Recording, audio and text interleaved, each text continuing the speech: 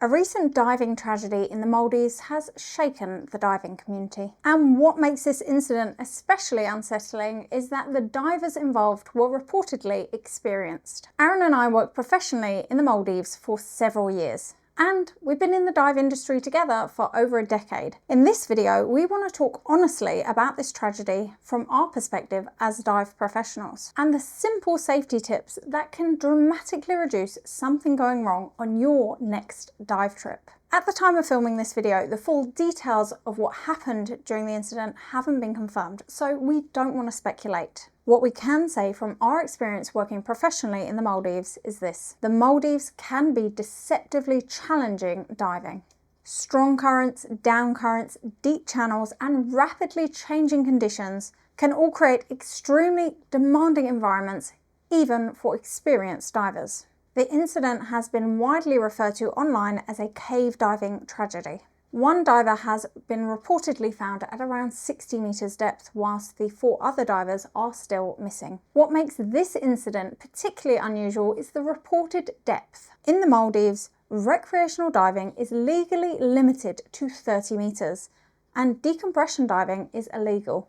So naturally, many divers are trying to understand how a group of experienced divers, led by an experienced guide, could have ended up at those depths. There are multiple possible explanations being discussed online, ranging from environmental factors like potentially very strong down currents to procedural or planning issues. But until more information is officially released, we think it's important not to jump to conclusions. What this tragedy does highlight, though, is how deceptively demanding destinations like the Maldives can be. One thing we've noticed over the past few years is the rise of something we'd call Instagram famous diving. On social media, these destinations often look calm, tropical, and effortless. But many dive sites are remote, current-heavy environments where conditions can change very quickly, and emergency support may be far away. And when multiple factors stack together underwater, current, depth, stress, visibility, separation, exhaustion, or confusion, even experienced divers can become overwhelmed surprisingly fast.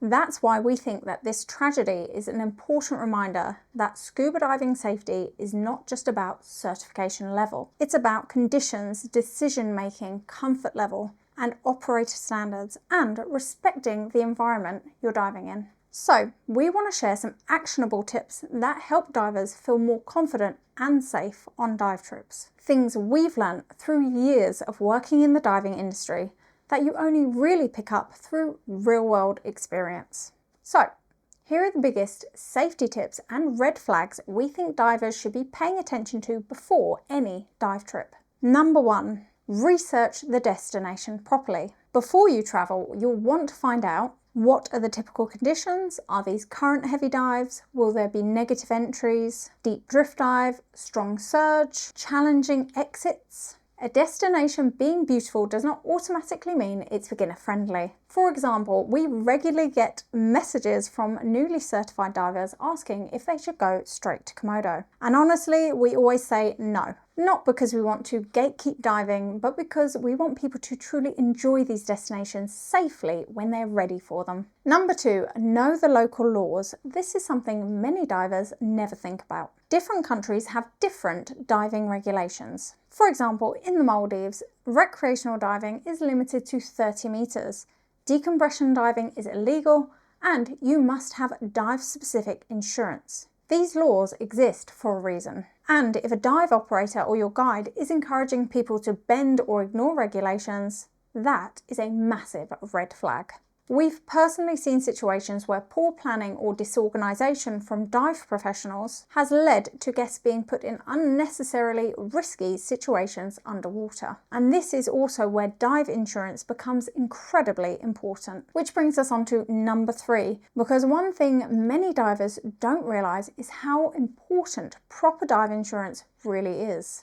If you dive beyond your certification level, exceed local legal recreational limits, ignore local regulations, or participate in dives outside the scope of your training, there is a real possibility your insurance may not cover you if something goes wrong. And in remote destinations like the Maldives, emergency situations can become extremely expensive very quickly. Hyperbaric chamber treatment, emergency evac, speedboat transfers, and international emergency flights can easily start to rack up tens of thousands of dollars a day. That's why we never dive without dive-specific insurance with Divers Alert Network, which is specifically designed for divers and dive-related emergencies. We'll leave a link to the insurance we personally use in the description below. 4. Never skip the check dive. Honestly, this is one of the biggest mistakes we see. A check dive is not there just to sell you an extra dive. It allows you to test the rental equipment or your own equipment, adjust your weighting, check out the exit and entry procedures, experience the local conditions, understand the currents, and assess how the dive operation is run. You're not just checking your own skills, you're checking if this is a dive operator you can trust. Even with thousands of dives between us, we still insist on doing check dives in unfamiliar environments. We once had a very experienced technical diving instructor who dived with us in the Maldives and refused to do the check dive.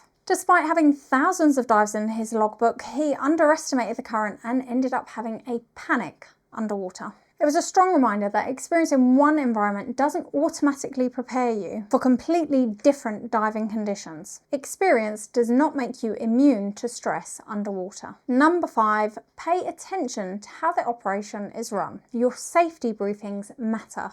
Every dive trip should start with a thorough boat briefing, including the location of the emergency oxygen tanks. A dive briefing should clearly explain your maximum depth, maximum dive time, entry and exit procedures, marine life you'll see, if there's going to be any current, and the full emergency procedures. You'd be shocked at how many dive trips we've been on that haven't covered all of those points. So, if a dive briefing feels rushed, vague, chaotic, or incomplete, speak up. A good dive professional will never shame you for asking questions. And if something doesn't feel right, you are absolutely allowed to say no to the dive. Honestly, saying no sometimes is the most experienced decision a diver can make. Okay, number 6. This one is huge.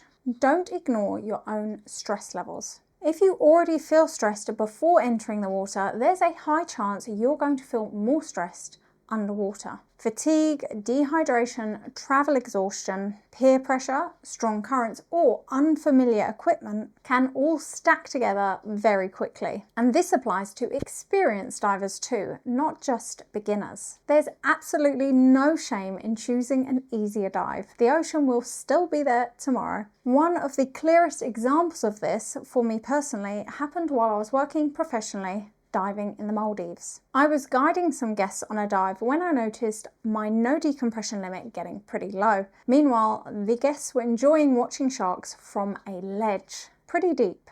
I signaled to my boss that I was going to shallow up with the group, but he signaled to me to stay deeper. Had I followed that instruction, we would have then been doing a decompression dive with the wrong procedures and equipment and completely outside of the laws of diving in the Maldives. So I made the decision not to follow that instruction from my boss, and that decision taught me something really important. You are responsible for your safety underwater, regardless of who is telling you otherwise. It's important to remember that recreational scuba diving is statistically very safe when done correctly. Millions of dives happen safely every year.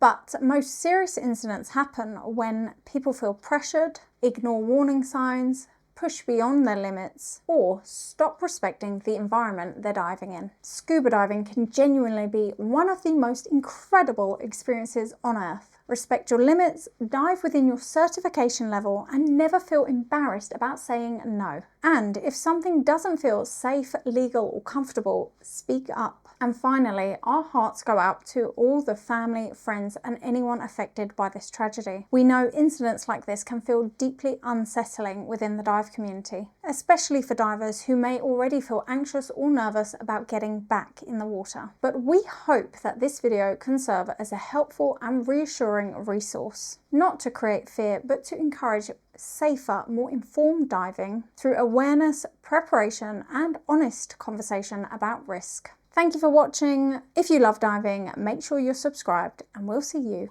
underwater.